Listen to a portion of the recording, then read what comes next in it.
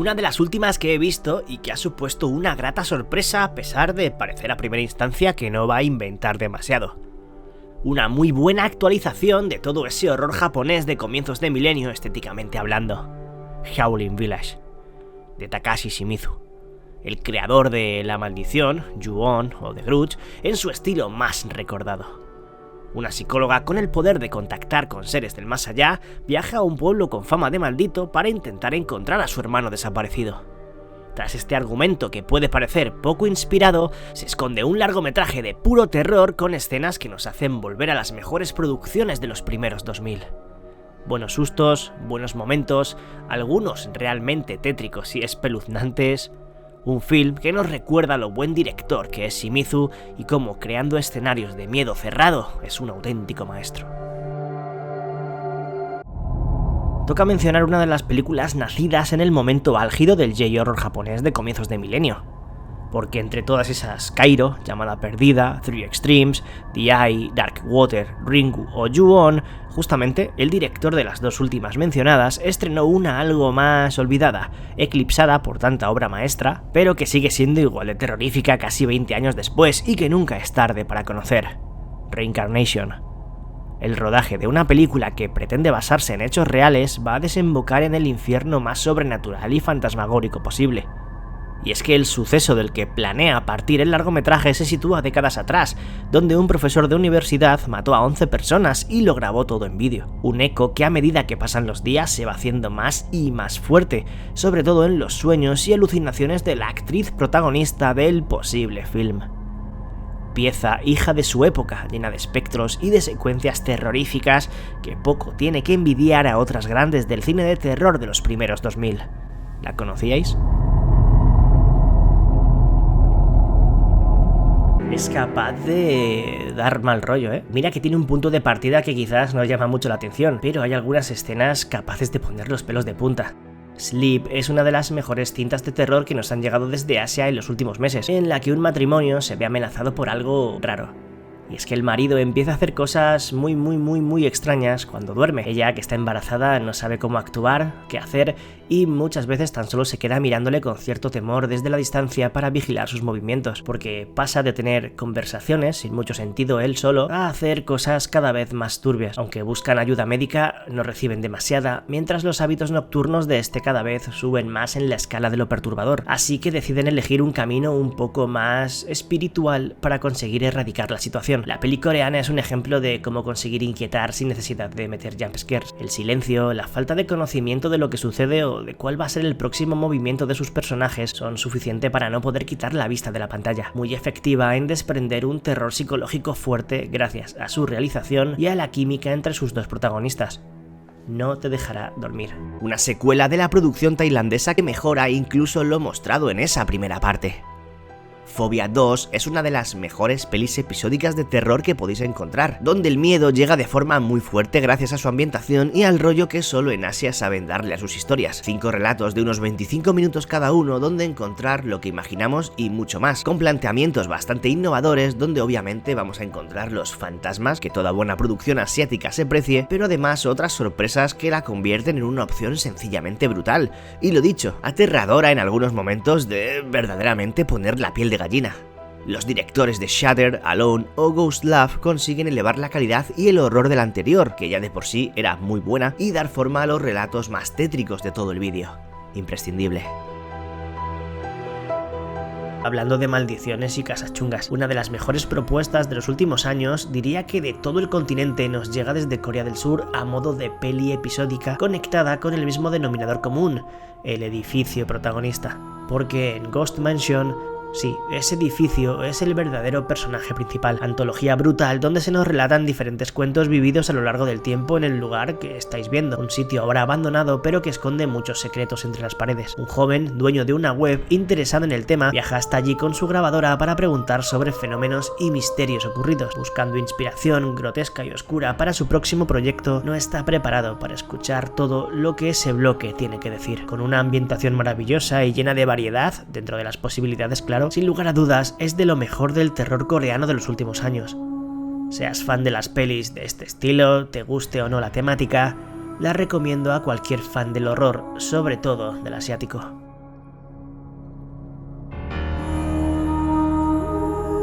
La venganza y Japón es algo que normalmente va de la mano, pero no suele reproducirse de una manera tan directa y casi triste como en esta difícil de ver Liverleaf. Creo que cuanto menos se sepa de ella mejor, así que no destriparé mucho de su argumento, tan solo que se centra en una familia mudándose a un pueblo, provocando un odio y un mal rollo insostenible por parte de los nuevos vecinos, un difícil recibimiento que se hace fuerte sobre todo con la hija y su llegada al instituto. Liverleaf trata el tema del bullying extremo y sus fatales consecuencias, pero con una toma de decisiones que gira drásticamente lo que piensas que va a suceder, regalando una espiral de violencia desmedida y de gore bastante potente sin freno y sin ningún tipo de paso atrás. Es una cinta realmente intensa y que despierta emociones y depende de cómo entras a ella, puede que te sobrecoja más o menos, que no te llegue a conquistar o que te encante. Yo lo tengo claro, peli muy recomendable, desconocida y a veces difícil de mirar.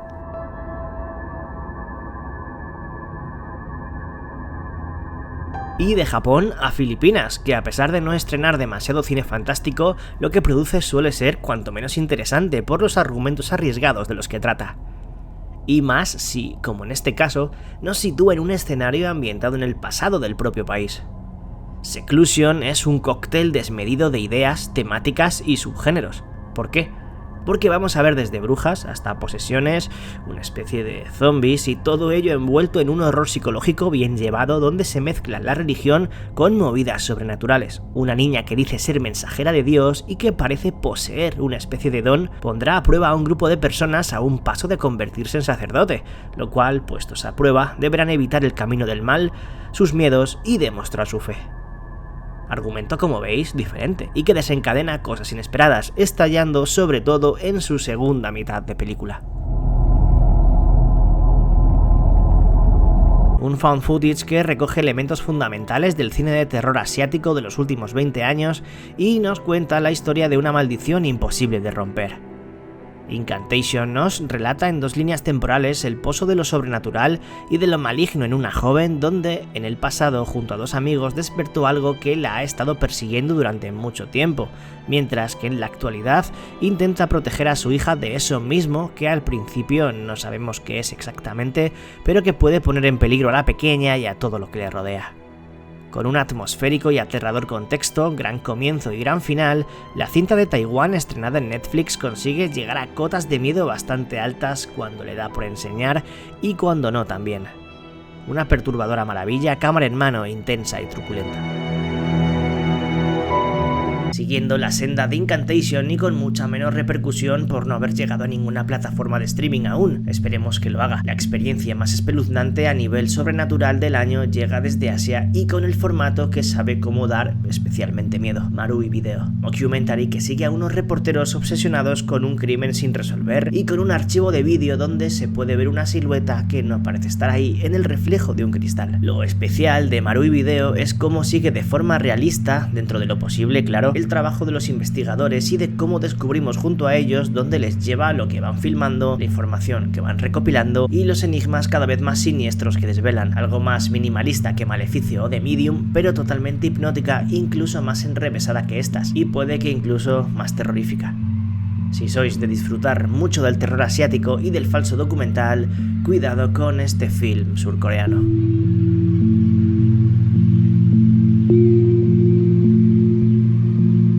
Sin duda de las sorpresas más escondidas en esta temática, donde a pesar de que su argumento pueda recordar a algunas que ya hemos visto, sabe cómo elevar el miedo a cotas bastante altas. Quizás porque en Asia llevan el rollo espectral de una manera diferente. Night Shift nos sitúa junto a una trabajadora que comienza su primer día de trabajo, pero no de vigilante ni de guardia de seguridad, sino como auxiliar de un forense. Si ya es difícil empezar en un curro nuevo, imaginad en uno como este. Pero si todavía, según pasan las horas, te das cuenta de que parece que la cosa no está tan tranquila como debería, la protagonista empieza a escuchar, sentir y ver cosas. ¿Y si los muertos quieren decirle algo? Producción filipina que juega muy bien sus cartas yendo a saco con escenas bastante espeluznantes y donde sin un presupuesto desmedido consigue hacer más que efectivos sus recursos. ¿Qué es esa oscuridad que camina entre los pasillos de ese lugar? El universo de Junji Ito es algo mágico y único en todo el planeta. Un imaginario rocambolesco y aterrador lleno de aberraciones extravagantes y perturbadoras con un estilo propio espectacular que ha colocado donde se merece al artista del manga japonés. Un mundo muchas veces adaptado a la gran y pequeña pantalla, pero pocas veces hecho con acierto y de manera mínimamente aceptable. Estamos delante de una de las pocas que sí han sabido hacerlo en algunos aspectos, Uzumaki. Una ida de olla importante en la que una joven, la cual vive en un tranquilo pueblo, un día descubre que detrás de todo se esconde algo raro, algo relacionado con espirales y que puede no ser de este mundo.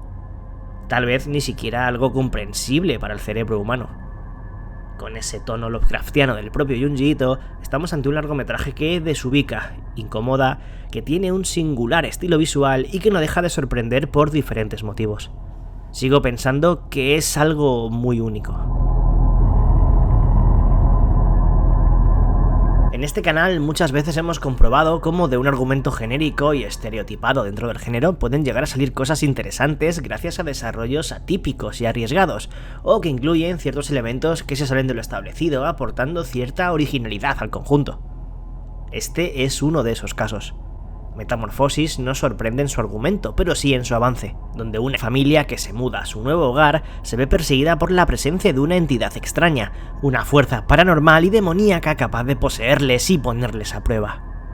Solo la llegada de un sacerdote puede remediar lo que parece una situación insostenible y cada vez más retorcida. Como veis, nada nuevo bajo el sol, pero si no la conocíais y os disponéis a verla, no os fiéis de su comienzo o de sus primeras escenas donde todo ya nos suena. El terror, cuando llega, lo hace de manera poco convencional dentro del cine de demonios y exorcismos. Viajamos un pelín más al pasado que con el resto del vídeo, ya que a pesar de que se trata de una de 2005, no sería hasta bastantes años más tarde cuando llegaría a muchos de los que estamos por aquí, y el resultado de verla fue algo difícil de olvidar durante mucho tiempo. Una de las películas asiáticas más aterradoras de toda la historia, estoy convencido, donde se recogía todo lo creepy y fantasmagórico del J-horror de la época para dar forma a uno de los metrajes encontrados más macabros de todos los tiempos, Noroi. Un cuento japonés con una de las maldiciones que más miedo me han dado de toda mi vida. Rituales, posesiones, desapariciones, un misterio cada vez más enrevesado y algunas de las escenas imborrables del género que siempre recuerdas. Puede que la menos convencional de toda la lista, pero para mí una de las experiencias más inolvidables delante de una película de terror. Puede que recordéis una de las más interesantes que he recomendado dentro del continente, una joyita que desde Indonesia nos presentaba a una familia haciendo frente a una maldición derivada de un pacto satánico demencial. Satan's Slaves, que a su vez era un remake de la peli homónima del 82, una secuela que para mí supera en varios aspectos a su predecesora, sobre todo a la hora de dar miedo y de poner imágenes turbias en pantalla. Communion continúa la historia que dejó su parte 1, en la cual los protagonistas, después de haber huido de aquel lugar, viven en un bloque de apartamentos gris y deprimente junto a otros cientos de vecinos.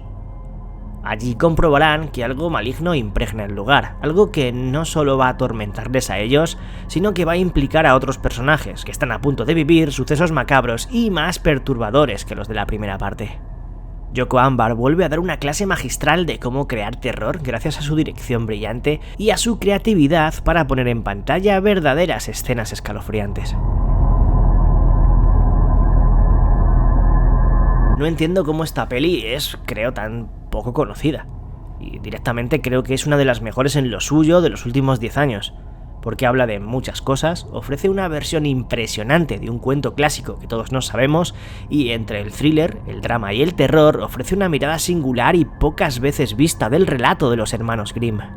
The Piper coge de punto de partida el flautista de Hamelin y nos da a conocer a un músico en una Corea postguerra en los años 60, el cual intenta curar a su hijo pequeño que sufre de tuberculosis viajando a Seúl para encontrar un posible remedio. Pero por el camino se encuentran con una especie de pueblo oculto en el bosque asolado por una plaga de ratas descontroladas que están acabando con todo. Lo que pasa después es una serie de sorpresas que alterna varios géneros y que le da tiempo a tocar muchos palos, todo con un tono gris, de desesperanza y tristeza muy potente, sin olvidar ese lado fantástico. Emocionante, profunda, llena de matices y con una segunda mitad inesperada que rompe con el argumento que estábamos viendo. Una versión terrorífica y muy especial del famoso cuento que deja un gran pozo si consigues entrar a ella. Y si la atmósfera de la peli anterior era opresiva y aterradora, la de esta no sé cómo catalogarla. Atroz en lo que hace, en cómo se va resolviendo, girando, desarrollando y desenvolviendo en el misterio que propone, con una aura malévola, casi demoníaca, inundando cada paraje, cada escenario y a cada personaje del filme. The Wailing es una película única, un thriller de terror coreano en el que un policía intenta resolver una serie de asesinatos y crímenes brutales carentes de explicación racional. Un caso en el que se meterá de lleno entrando en un mundo sobrenatural con desenlace simplemente indescriptible. Demencial largometraje que, a pesar de su comienzo poco convencional, regala una segunda mitad de viaje de puro y verdadero terror. Cargadísimo de oscuridad y de sorpresas en un denso clima incierto en el que nada es lo que parece y el mal aguarda.